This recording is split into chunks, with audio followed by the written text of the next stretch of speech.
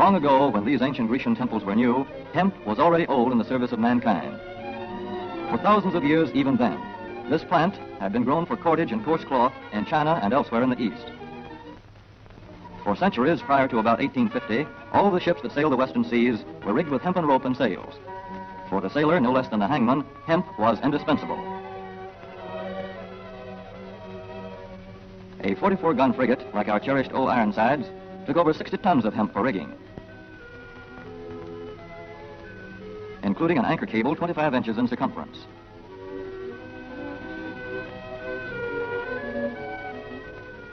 The Conestoga wagons and prairie schooners of pioneer days were covered with hempen canvas.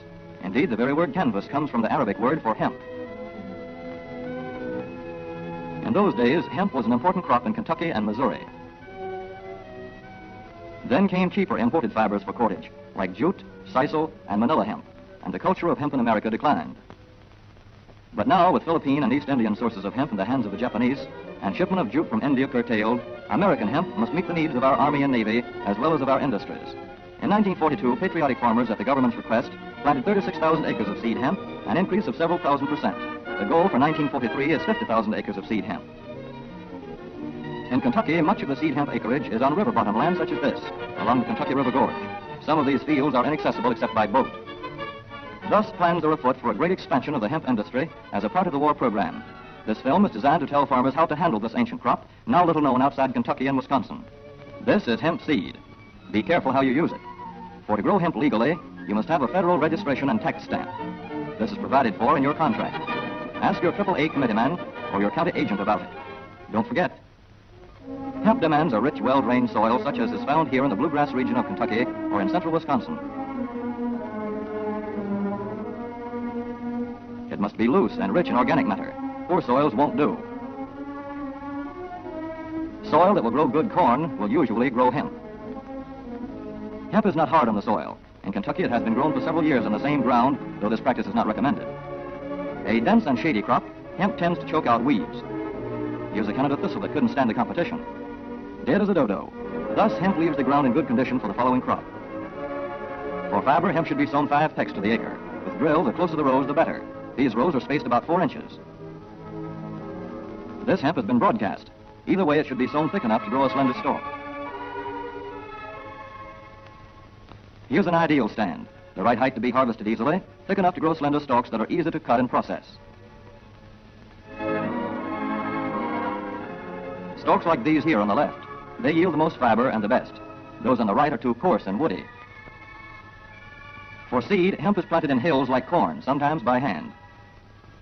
Hemp is a dioecious plant. The female flower is inconspicuous, but the male flower is easily spotted. In seed production, after the pollen has been shed, these male plants are cut out. These are the seeds on a female plant. Hemp for fiber is ready to harvest when the pollen is shedding and the leaves are falling. In Kentucky, hemp harvest comes in August. Here, the old standby has been the self-rake reaper, which has been used for a generation or more. Hemp grows so luxuriantly in Kentucky that harvesting is sometimes difficult, which may account for the popularity of the self-rake with its lateral stroke. A modified rice binder has been used to some extent. This machine works well in average hemp.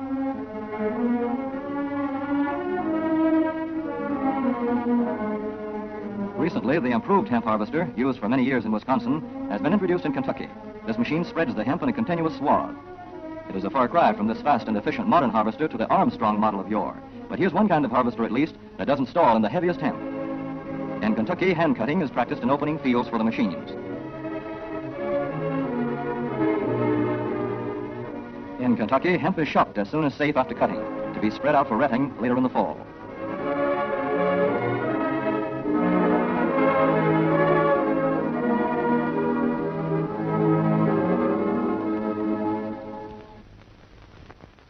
In Wisconsin, hemp is harvested in September. Here, the hemp harvester with automatic spreader is standard equipment. Note how smoothly the rotating apron lays the swaths preparatory to retting. Here it is a common and essential practice to leave headlands around hemp fields. These strips may be planted to other crops, preferably small grain. Thus, the harvester has room to make its first round without preparatory hand cutting. Here the machine is running over corn stubble. When the cutter bar is much shorter than the hemp is tall, overlapping occurs. Not so good for retting. The standard cut is 8 to 9 feet. The length of time hemp is left on the ground to rot depends on the weather. The swaths must be turned to get a uniform ret.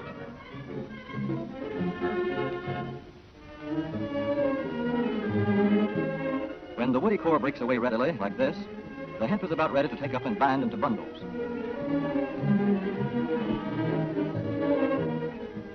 Well-retted hemp is light to dark gray. The fiber tends to pull away from the stalk. The presence of stalks in the bowstring stage indicates that retting is well underway.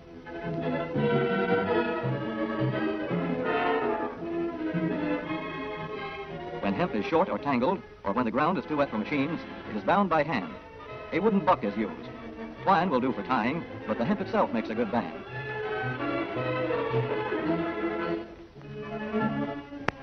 When conditions are favorable, the pickup binder is commonly used. The swaths should lie smooth and even, with stalks parallel. The picker won't work well in tangled hemp.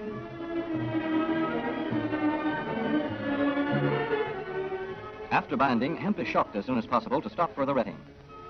In 1942, 14,000 acres of fiber hemp were harvested in the United States. The goal for 1943 is 300,000 acres. Thus, hemp, Cannabis sativa, the old standby cordage fiber, is staging a strong comeback. This is Kentucky hemp going into the dryer of a mill at Versailles.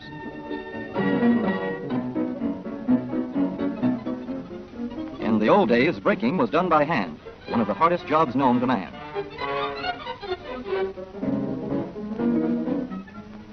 Now the power breaker makes quick work of it.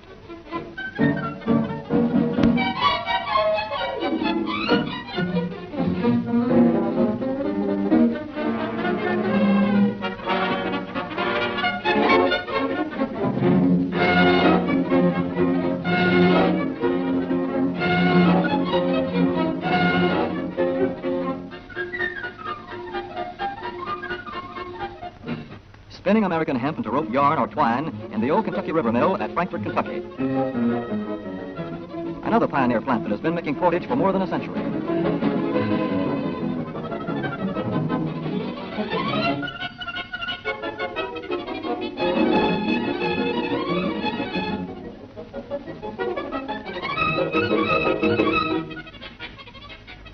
All such plants will presently be turning out products spun from American-grown hemp. Twine of various kinds for tying, winding armatures, and upholsterers' work. Rope for marine rigging and towing, for hay forks, derricks, and heavy-duty tackle. Light-duty fire hose. Thread for shoes for millions of American soldiers. And parachute webbing for our paratroopers.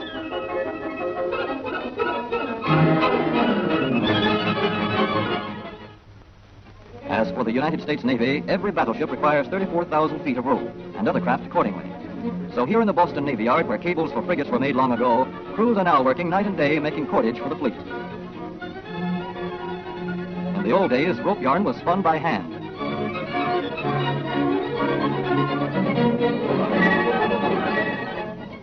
Today, even the rope walk is mechanized. 160 fathoms to go. The rope yarn feeds through holes in an iron plate.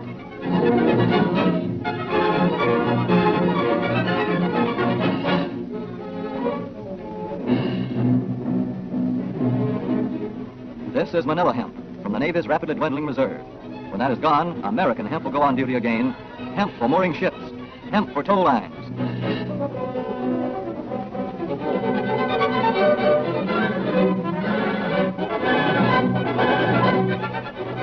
Hemp for tackle and gear. Hemp for countless naval uses, both on ship and shore. Just as in the days when old Ironside sailed the seas victorious, with her hempen shrouds and hempen sails.